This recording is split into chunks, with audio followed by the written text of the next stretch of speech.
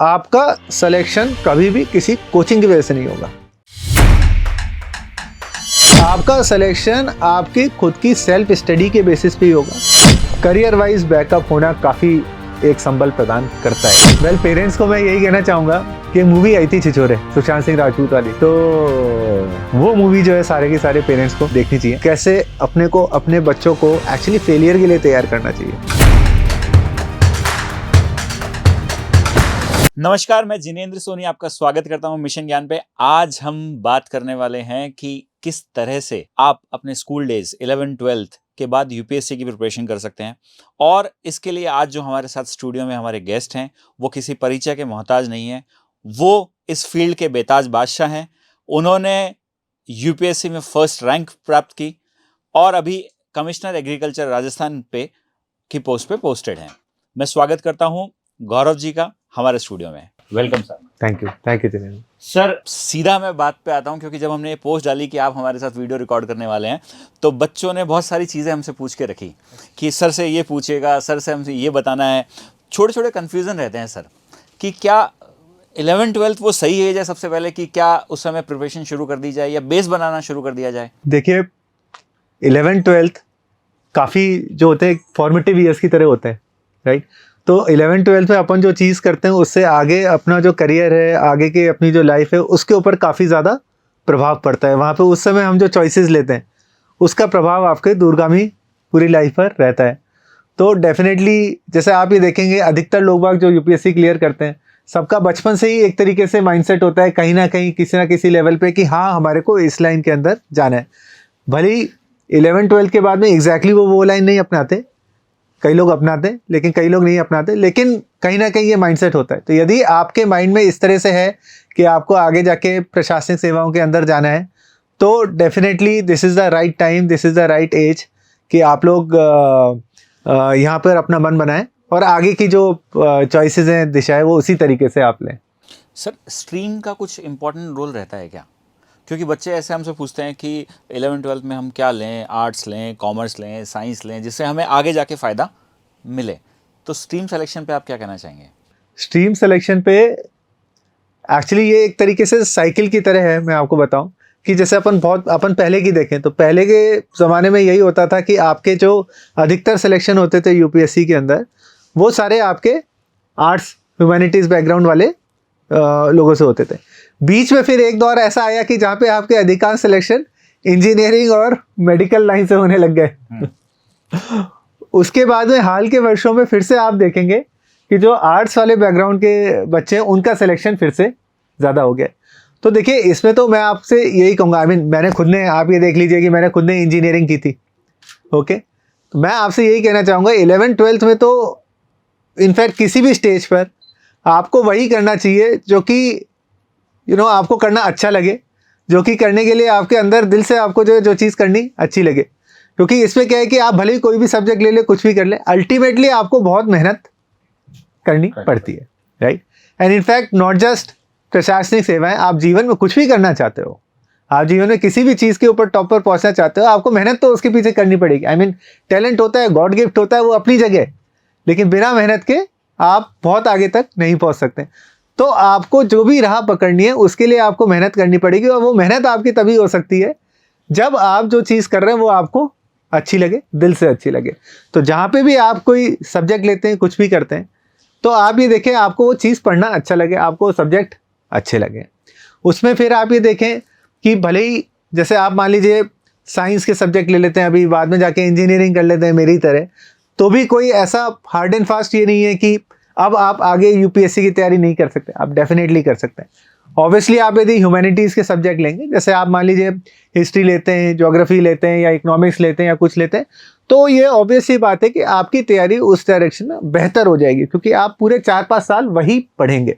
जबकि आप यदि दूसरा सब्जेक्ट लेके उस लाइन के अंदर आते हैं तो आप वो सब्जेक्ट फिर मैक्सिमम साल भर पढ़ेंगे। तो ये डिफरेंस तो आ ही जाता है, बट अल्टीमेटली डिपेंड इसी बात पे करेगा कि जब आप तैयारी करेंगे, राइट। आई मीन, अब आपने 4-5 साल आपने ले तो लिया हिस्ट्री का सब्जेक्ट, लेकिन आप उसकी पढ़ाई अच्छे से नहीं करो तो उसका कोई फ़ायदा नहीं है।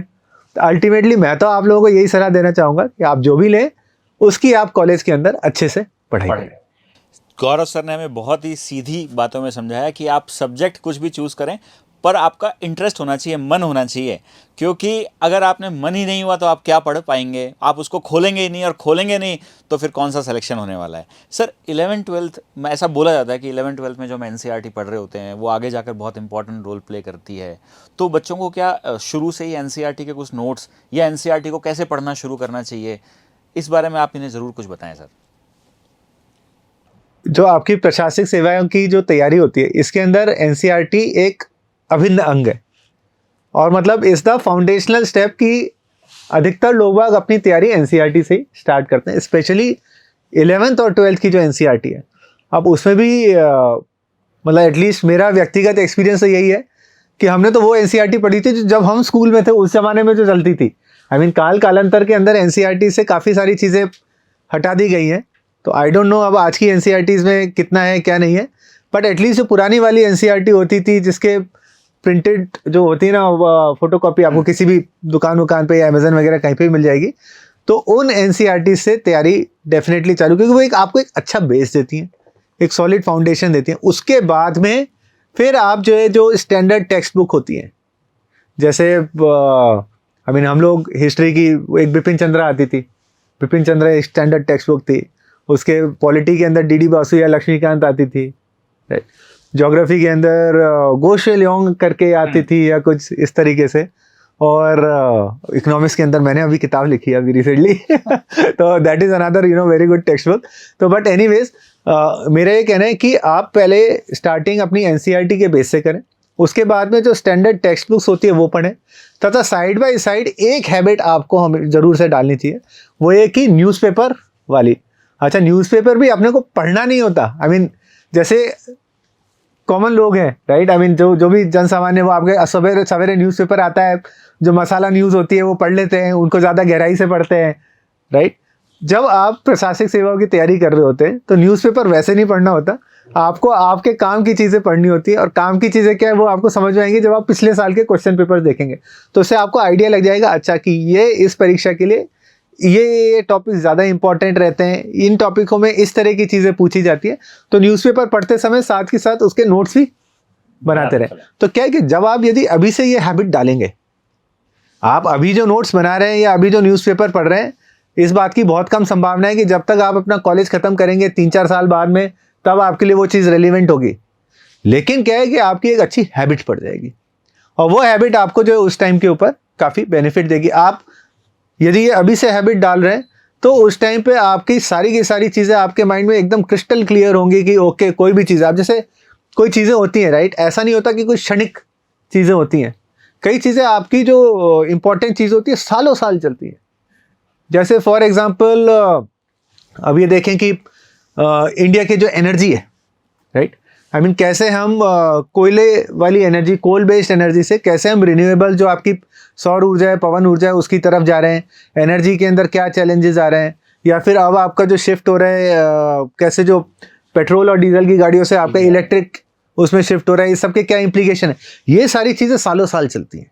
और यदि आपने अभी से इन सारी चीज़ों को फॉलो करने की आदत डाल ली और उन चीज़ों के पीछे क्यों को समझने लग गए कि ऐसा हो रहा है तो इसका ये ऐसा क्यों हो रहा है, इसका क्या प्रभाव पड़ेगा, वो आपकी हैबिट अभी से पड़ गई, तो आप देखेंगे सडनली 3-4 साल बाद जब आपका कॉलेज खत्म होगा उस समय आप बहुत अच्छी पोजीशन में होंगे। गौरव सर ने हमें दो बहुत ही इंपॉर्टेंट चीज़ें बताई। एक कि आपको अभी से आदत डाल लेनी है। आदत डालने से मतलब यह है कि जब आप पेपर लिखने जा रहे होंगे, आपको पता है यूपीएससी में आपको लिखना पड़ता है, और अगर आपकी लिखने की हैबिट नहीं रही होगी तो आप परेशान हो जाएंगे। तो अगर आपने इसको अभी से शुरू किया तो आप अच्छा लिखना शुरू कर पाएंगे। आप अखबार पढ़ेंगे, उसमें से आपको नई नई चीज़ें मिल रही होंगी, आपको समझ में आएगा इन्फॉर्मेशन का कैसे यूज़ करना है। सर यहाँ पर हमारे बच्चे एक चीज़ पर और कन्फ्यूज़ होते हैं कि क्या हमें कोचिंग करनी चाहिए, और कोचिंग करनी चाहिए तो उसका सही समय कौन सा है, कि +2 के बाद ही कुछ ज्वाइन कर लिया जाए या ग्रेजुएशन तक वेट किया जाए।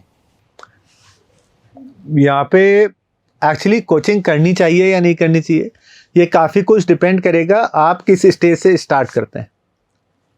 कि अब जैसे आपके लिए मान लीजिए कोई सब्जेक्ट एकदम ही नया है, ठीक, आपने ना वो कभी स्कूल में पढ़ा, ना कभी आपने ग्रेजुएशन पर पढ़ा, कुछ नहीं किया, राइट, एकदम से आप जाके कोई नया ऑप्शनल सब्जेक्ट ले रहे हैं, तो वहाँ पे आपके लिए कोचिंग की इम्पोर्टेंस रह सकती है।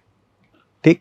अब जैसे फॉर एग्जांपल मेरे केस में मैंने जब पहला अटेम्प्ट दिया था उस समय 2 ऑप्शन होते थे, तो मैंने लिया था एक हिस्ट्री और एक इकोनॉमिक्स। मैं दोनों इसलिए लिए थे क्योंकि मेरे को दोनों सब्जेक्ट बहुत अच्छे लगते थे। तो जब मैंने इकोनॉमिक्स तो मैंने काफ़ी पढ़ा हुआ था, तो मैंने जो इकोनॉमिक्स की कोचिंग की थी वो मेरे को ज़्यादा यूज़फुल नहीं लगी। लेकिन जो हिस्ट्री मैंने बिल्कुल भी नहीं पढ़ा हुआ था, तो जब मैंने हिस्ट्री की कोचिंग ली थी वो मेरे को काफ़ी यूज़फुल लगी थी। और इनफैक्ट जो है, जब जैसे मैंने मेरे सिलेक्शन के बाद में एक ब्लॉग भी लिखा था, उसके अंदर भी मैंने जितनी भी कोचिंग्स ली थी, नहीं ली थी, उन सभी मेरे को अच्छी लगी, बुरी लगी, कैसी लगी, उन सबका मैंने ब्यौरा दिया था। तो उसमें मैंने लिखा था कि हिस्ट्री वाली वो कोचिंग मेरे को काफ़ी अच्छी लगी थी, क्योंकि वो सब्जेक्ट मेरे लिए एकदम नया था और वो काफ़ी अच्छा पढ़ाते भी थे सर। हाउएवर, आपका सिलेक्शन कभी भी किसी कोचिंग की वजह से नहीं होगा। आपका सिलेक्शन आपकी खुद की सेल्फ स्टडी के बेसिस पे ही होगा। कोचिंग आपको एक प्लेटफॉर्म बना के दे सकती है, एक अच्छा प्लेटफॉर्म बना के दे सकती है। उसके बाद में आप स्वयं कैसे स्टडी करते हैं, क्या करते हैं, उसी के बेसिस पे आपका सिलेक्शन होगा। मैंने कई सारी और कोचिंग्स भी की थी जो मेरे को उतनी यूज़फुल नहीं लगी थी, राइट। जैसे जनरल स्टडीज़ की मैंने कोचिंग की थी, इकोनॉमिक्स की थी, वो सब मेरे को उतना यूज़फुल नहीं लगी थी, क्योंकि मैंने आपको बताया ना कि उनमें मैं ऑलरेडी प्रिपेयर्ड था। कि फॉर एग्जाम्पल मैंने एनसीईआरटी ऑलरेडी पढ़ी हुई थी, मैंने ये वाली जो किताबें ऑलरेडी मैं खुद से पढ़ रहा था। ओके, तो अब यही चीज़ें वो कोचिंग के अंदर रिपीट कराते थे और बाकी काफ़ी बेसिक चीज़ों से लेवल से कराते थे। ओके, तो आपका सिलेक्शन आपका स्वयं की पढ़ाई के बेसिस पे होगा। स्वयं की पढ़ाई में भी जैसे ऑप्शनल सब्जेक्ट में तो क्या है कि जो आपकी स्टैंडर्ड टेक्स्ट बुक होती हैं, जैसे जो राजस्थान यूनिवर्सिटी के अंदर जो आपकी चल रही होती हैं किताबें, या आपकी दिल्ली यूनिवर्सिटी के अंदर जो किताबें चल रही होती हैं, जो आपके सब्जेक्ट के जो स्कॉलर्स होते हैं उनके जो रिसर्च पेपर्स होते हैं, या वो जो डिबेट्स करते हैं, स्कॉलरली डिबेट्स वगैरह चलते हैं, कई उनके सालों साल डिबेट्स चलते हैं, उस तरह की चीज़ों के ऊपर जो है प्रश्न आते हैं, राइट। तो आपको आपकी एकदम जो स्टैंडर्ड टेक्स्ट बुक वाली जो है पढ़ाई आपको करनी होगी। उसके अलावा जो होता है वो, जैसा मैंने आपको कहा ना कि अखबार, न्यूज़पेपर आप पढ़ें, कोई भी चीज़ होती है, अच्छा फिर आप न्यूज़पेपर में कोई एक चीज़ पढ़ते हैं, फिर क्या होता है कि कभी भी क्या है, कोई भी एक आर्टिकल आपकी चीज़ को पूरा 100% कवर नहीं कर सकता। तो आप कोई चीज़ पढ़ते हैं, उसके बाद में उसे इंटरनेट पे सर्च करें, वहाँ आपको 4-5 और आर्टिकल मिलेंगे, उनसे आप कंबाइन करके अपने नोट्स बनाएं।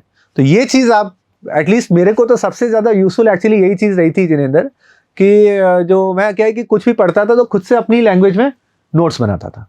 तो उससे क्या होता था, खुद से अपनी लैंग्वेज में नोट्स बनाने से कि चीज़ जो थी इनिशियली ही आपके ब्रेन से प्रोसेस होके मतलब सेटल होती रहती थी, और आप उसको बाद में पढ़ना चाहते, और बाद में फिर जो उसके मेरे को 2 बहुत बड़े फायदे हुए। एक तो ये कि मेरा रिवीजन काफ़ी अच्छे से होता रहता था। I mean, मैं तो 10-10 बार मेरे कोर्स को रिवाइज कर लिया था, क्योंकि जैसे जैसे इनिशियल नोट्स बनाने में टाइम लगेगा, लेकिन फिर रिवीजन आपके बड़े क्विक होते चले जाएंगे। और दूसरी चीज़ ये कि जब एग्ज़ाम के अंदर, राइट, जैसा अभी आपने कहा था कि इतना लेंदी पेपर होते हैं, उस समय वहाँ आप यदि मौके पे बैठ के सारी चीज़ें एकदम जीरो से सोचने लग गए तो आप पेपर ख़त्म कर ही नहीं पाएंगे। यहीं आपके यदि नोट्स बने हुए हैं, आपकी चीज़ें रिवाइज्ड हैं, माइंड के अंदर सेटल्ड हैं, तो क्या होगा, आई मीन टॉपिक्स वही लिमिटेड होते हैं। देखो, जस्ट उनको पूछने का नज़रिया अलग अलग, एंगल अलग अलग होता रहता है।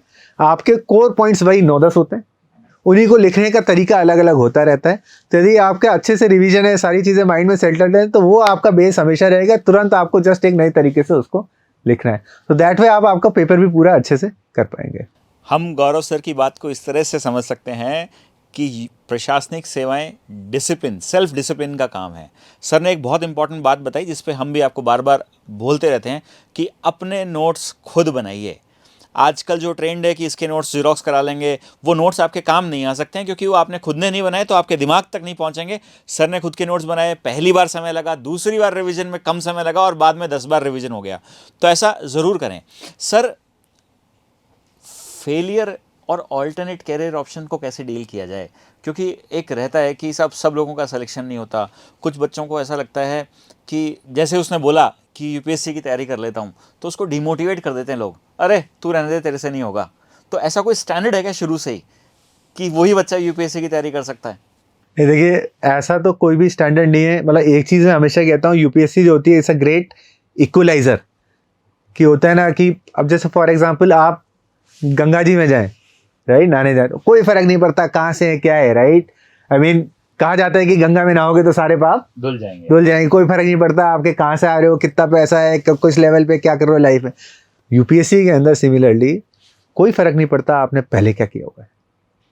सिंपली आप जब तैयारी कर रहे हैं तब आप कैसी तैयारी कर रहे हैं, कितनी अच्छी तैयारी कर रहे हैं, कितने ढंग से तैयारी कर रहे हैं, उस चीज़ का फ़र्क पड़ता है। तो आप ये देखेंगे कि यहाँ ये आपके इस तरह के एग्जाम्पल हैं, चाहे कोई 12वीं के अंदर बेयरली पास हुआ हो, चाहे 12वीं के अंदर मेरिट में रहो, ओके, कोई आपका बहुत ही जो है अमीर परिवार से हो, इन्फ्लुएंशियल परिवार से हो, चाहे कोई आपके एकदम जो है गरीब परिवार से हो, हर तरह के लोगों के सिलेक्शंस होते हैं इसके अंदर, क्योंकि इट्स अ ग्रेट इक्वलाइजर। फ़र्क सिर्फ इस बात से पड़ेगा कि उस समय आप कितनी अच्छी तैयारी करते हैं। तो ये पूर्व के जितने भी आपके कोई कुछ भी कहे, जितने भी बायसेस हैं, उन सबको हटा के यदि आप उस समय अच्छी तैयारी करते हैं तो डेफिनेटली सिलेक्शन होगा। अब उसमें भी आपने कहा कि ऑल्टरनेट करियर ऑप्शन, बैकअप, कोई कुछ भी कहे, ये चीज़ें बहुत इंपॉर्टेंट है। और ये चीज़ें क्या है कि अपनी जो एक्चुअली क्या है कि यूपीएससी ना वीरेंद्र किसी 100 मीटर की रेस की तरह नहीं है कि साहब आप जो है जैसे अब कॉलेज के एग्ज़ाम होते हैं, 10 दिन पढ़ लिया, 15 दिन पढ़ लिया, या एक रात पहले पढ़ लिया, जाके कर लिया। मतलब यूपीएससी वैसा एग्ज़ाम नहीं है कि एक आध महीने में आपने पढ़ो और करा करू के ख़त्म। ये एग्ज़ाम ही जो ये 8-10 महीने, साल भर की तो इसकी एक साइकिल होती है, ओके। उसके पहले से भी आपको पढ़ना पड़ता है। ये एक लॉन्ग रेस है, मतलब लंबी चीज़ है। इसके अंदर क्या है कि जो आपकी फिजिकल फिट, ये जो आप फिजिकल वेलबींग, ये सारी इंपॉर्टेंट है, बट कहीं ज़्यादा इंपॉर्टेंट होती है कि आपकी मेंटल स्टेट, आप कितने कॉन्फिडेंट हो, आपकी जो है कितने मेंटली आप कितने स्ट्रांग हो, कितने रेजिलिएंट हो। और उसमें जो है आपका कोई कुछ भी कहे, करियर वाइज बैकअप होना काफ़ी एक संबल प्रदान करता है। लाइक मैंने खुद ने फील किया था जब मैं पहली बार ये पहला अटेम्प्ट दे रहा था, भले ही मैं पहले कुछ भी कर आके आया था, लेकिन इसके पहले मैंने IIT किया, IIM किया, हांगकांग में मैं नौकरी कराता था, वो छोड़कर मैं आया था। जब मैंने पहला अटेम्प्ट दिया था तब मैं अनएम्प्लॉयड था, एज एन अनएम्प्लॉयड अटेम्प्ट दिया था। मेरा उसमें IPS हो गया था। जब मैंने दूसरा अटेम्प्ट दिया था तब मैं ऑलरेडी IPS में था, तो उस समय मैं काफ़ी अच्छी मेंटल स्टेट में था ऑलरेडी, लाइक एक अंदर से एक कॉन्फिडेंस रहता है, ओके। तो मेरे कहने का अर्थ ये कि आपका जो करियर का एक ऑल्टरनेटिव बैकअप या कोई ऑप्शन हमेशा अपने रहना चाहिए, ओके। इनफैक्ट जैसे मेरे से कई लोग ये भी पूछते हैं कि साहब मैं ये जॉब करता हूँ या जॉब करती हूँ, मैं इसको छोड़ूं या नहीं छोड़ूं, ओके। अब इसमें भी जैसे मैं तो फिर उनको यही एडवाइस करता हूँ कि बेटा पहले तो आप जो है जॉब के साथ साथ तैयारी करके देखो, मतलब जस्ट जोश में आके कोई चीज़ मत करो। आप जॉब के साथ में 3 महीने तैयारी करके देखो, उसके बाद में आपको लगता है 3 महीने बाद में कि ओके नहीं, मैं ये अच्छे से पढ़ाई कर पा रहा हूँ और मैं जो है जॉब अब मेरे लिए जो है पढ़ाई में व्यवधान बन रहा है और मैं इसको निकाल लूँगा, तब आप जो है जॉब छोड़ के इसके अंदर फुल फ्लेजेड आओ। और नहीं तो 3 महीने के अंदर आपको ऐसा लगता है कि यार ये मुझसे पढ़ाई वढ़ाई नहीं हो पा रही है, देन डोंट डू इट। सबसे इम्पॉर्टेंट बात जो सर ने शेयर की है वो ये है कि साहब करियर बैकअप ऑप्शन बहुत ज़रूरी है। करियर बैकअप ऑप्शन का मतलब सिर्फ ये है कि आपने अगर एक सफलता हासिल कर ली ना, तो आप अगली बार डबल जोश के साथ लगे हुए होंगे। सर ने तो पहली बार में ही IPS निकाल लिया था, पहली बार में इनको IPS मिला था, दूसरी बार ये प्रॉपर IAS बने और UPSC इन्होंने टॉप किया। आप दूसरे ऑप्शन भी एक्सप्लोर कर सकते हैं। आपको लगता है कि आप SSC बढ़िया कर सकते हैं, आपको लगता है आप बैंक का एग्ज़ाम पहले क्लियर कर सकते हैं, वो क्लियर कीजिए, बैकअप रखिए। नहीं ज्वाइन करना है, एक्सटेंशन लीजिए, उस समय पढ़ाई कीजिए, पर बैकअप के बाद आप थोड़ा सा कंफर्ट हो जाएंगे। हाँ, अगर आप थोड़ा अर्ली एज में स्टार्ट कर रहे हैं तो हो सकता है कि आप बिना बैकअप के, मतलब कॉलेज के साथ ही पढ़ाई कर रहे हैं, तो आप किया जा सकता है। पर आफ्टर ए सर्टन एज आपको बैकअप ज़रूर रखना चाहिए, वो आपको कॉन्फिडेंस देते हैं। सर आजकल बच्चे सोशल मीडिया से बहुत ज़्यादा इन्फ्लुएंस रहते हैं, बहुत ज़्यादा एंगेज रहते हैं, तो उनको पूरा किस तरह का रूटीन फॉलो करना चाहिए?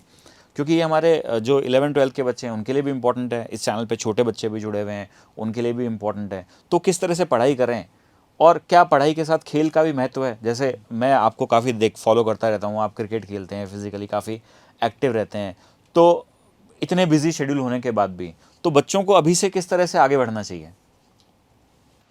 आपने जहाँ तक सोशल मीडिया का कहा है, तो सोशल मीडिया के फ़ायदे भी हैं, लेकिन आई थिंक जब ये पढ़ाई वाली स्टेज होती है तो इसके डिस्ट्रैक्शंस भी काफ़ी होते हैं। फ़ायदे तो एज इन कि आप लेट्स से आपके सिमिलर ऑप्शनल वाले या सिमिलर पढ़ाई करने वाले लोगों के ग्रुप में आप कनेक्ट हो सकते हैं। अब मान लीजिए हर कोई तो आपका दिल्ली जाके या कोचिंग्स वाले एरिया में रह के पढ़ाई नहीं कर सकता, मैं मेरे घर में रह के पढ़ाई करता था। ओके, तो ऐसे में जो आपके बाकी लोग बाग हैं, वहाँ पे क्या चल रहा है मार्केट के अंदर, कौन सी जो है चीज़ें चल रही हैं, क्या चीज़ें पढ़नी हैं, क्या डिस्कशंस चल रहे हैं, उन चीज़ों को जानने के लिए आपका इस तरह के ग्रुप्स में कनेक्टेड होना ज़रूरी है, राइट। यदि आप अपने ऊपर इतना डिसिप्लिन रख पाते हैं कि हाँ आप काम की चीज़ों तक तो एंगेज रहें, लेकिन उसके बाद में फिर फालतू में टाइम वेस्ट ना करें, देन तो इट्स डेफिनेटली ओके। मगर यदि जो है उस तरह का डिसिप्लिन अपना नहीं हो पा रहा है, तो फिर कहीं ना कहीं अपने को ये लाइन ड्रॉ करनी पड़ेगी, बिकॉज अल्टीमेटली सिलेक्शन तो आपकी खुद की स्टडी पे ही होना है। आप खुद जैसे पढ़ाई करोगे उसी पे होना है, बाकी 10 लोग और क्या कर रहे हो उससे कोई फर्क नहीं पड़ने वाला आपके सिलेक्शन पे। तो इनफैक्ट जैसे जिनेंद्र, मैं तो बताऊं कि हालांकि हमारे टाइम पे इतना ये स्मार्टफोन एंड ऑल नहीं आए थे, बट मैंने तो जैसे जब मैं पढ़ाई करता था इसकी, तो मैं तो मेरा मोबाइल मेरी मम्मी को दे के रखा था कि कोई मेरा मतलब कोई मेरे को फ़ोन भी करता था तो मम्मी ही उठाती थी। फिर बाद में जो है किसी को मेरे को कॉल बैक कराना होता तो मैं करता था, अननेसेसरी कोई टाइम वेस्ट वगैरह जिससे कि ना कर पाए, राइट। तो यहाँ आपको खुद की आपकी बाउंड्रीज को सेट करनी पड़ेंगी, और जितना जल्दी आप कर लें, जितनी क्लियर बाउंड्री सेट कर लें, उतना बेहतर आपके लिए रहेगा। सेकेंड चीज़ आपने कहा कि फिजिकल फिटनेस की, तो फिजिकल फिटनेस तो एब्सोल्युटली बहुत ज़रूरी है, क्योंकि क्या है कि हम लोग ना मतलब कोई मशीन की तरह नहीं है, लाइक हम लोग रोबोट्स नहीं है। रोबोट होता है कि दिन रात बस एक ही काम करता रहेगा सेम एफिशिएंसी से, अपन लोगों का वैसा नहीं है। ओके, आप अपने को क्या है कि कोई चीज़ करते हो उसके बाद में उसी से ब्रेक लेना होता है, तो वहाँ पर जो है ये फिजिकल फिटनेस वाली एक्टिविटीज़ काफ़ी काम आती है। अभी क्रिकेट विकेट तो मैं अभी खेलने लगा हूँ, बट जब मैं तैयारी करता था उस टाइम के ऊपर मैं दौड़ता था, तो मैं रोज़ाना जो 1 घंटा दौड़ता था उस टाइम के ऊपर। तो उससे क्या होता था कि लाइक आपका माइंड टोटली स्विच ऑफ होता है, फिर जब आप दोबारा जो है उस चीज़ को चालू करते हो तो आप एक फ्रेश विगर के साथ में चालू करते हैं।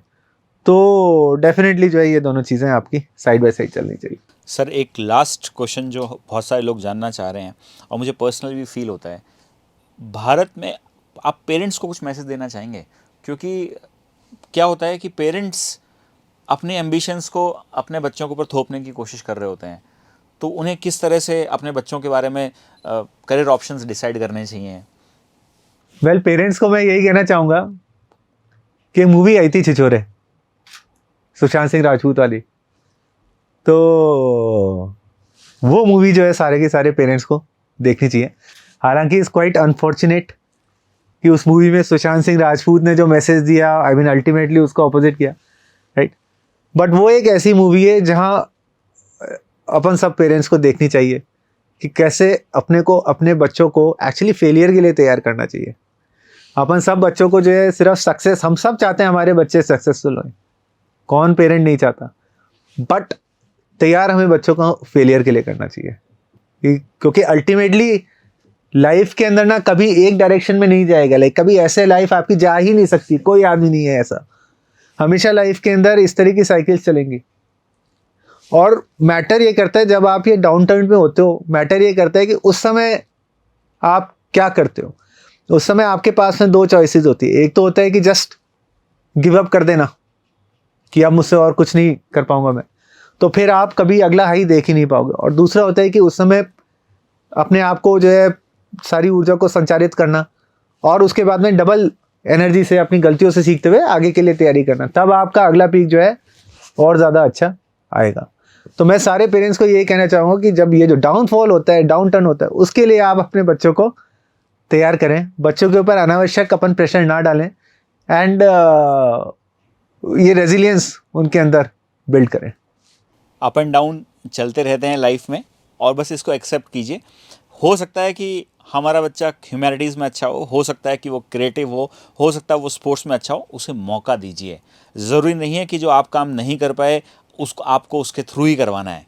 ये बहुत सिंपल मैसेज है। सर ने एक मूवी के बारे में बताया, मैं भी आपसे रिक्वेस्ट करूँगा कि उस मूवी को ज़रूर देखिए, और इससे आपको अपने बच्चे को समझने में काफ़ी मदद मिलेगी कि आपका बच्चा क्या चाह रहा है और आपको किस तरह की पेरेंटिंग की तरफ जाना चाहिए। सर, हम काफ़ी सालों से मिशन ज्ञान में, पिछले 3-4 सालों से एजुकेशन को फ्री करने के लिए काम कर रहे हैं। सरकार के साथ भी हमने काम किया, आपकी लीडरशिप में भी हमने 1-1.5 साल का समय निकाला। आप हमें कुछ मैसेज देना चाह रहे हो, या हमें कुछ इम्प्रूव, या हमारे काम के लिए, हमारी टीम के लिए कुछ बात कहना चाह रहे हो? वेल जिनेंद्र, आपकी टीम जो है बहुत ही अच्छा विजनरी एक्चुअली कार्य कर रही है। जो लोग बाग अब करने लगे हैं वो आप आज से 3-4 साल पहले ही जो है करने लगे थे। एंड कोविड के टाइम में जिस तरीके से राजस्थान के अंदर ई लर्निंग वाला प्रोजेक्ट शुरू करके जब सारे स्कूल बंद थे उस समय जो है ई लर्निंग करके जो है बच्चों को एजुकेशन देने का जो प्रयास किया गया उसे नेशनल लेवल तक रिकग्नाइज किया गया। एंड उसके अंदर मिशन ज्ञान टीम को मैं बधाई देना चाहता हूँ, उन्हें धन्यवाद देना चाहता हूँ कि उनका एक काफ़ी इंटीग्रल रोल, कोर रोल जो था आपका था।